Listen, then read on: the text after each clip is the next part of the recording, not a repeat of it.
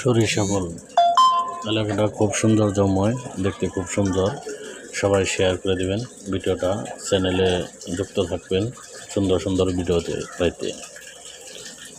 অনেক সৌন্দর্য জায়গা, খুব সৌন্দর্যময় একটা চক দেখা যাচ্ছে।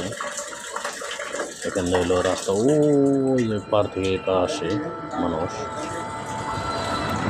দেখা যাচ্ছে মানুষ আসলে পারে।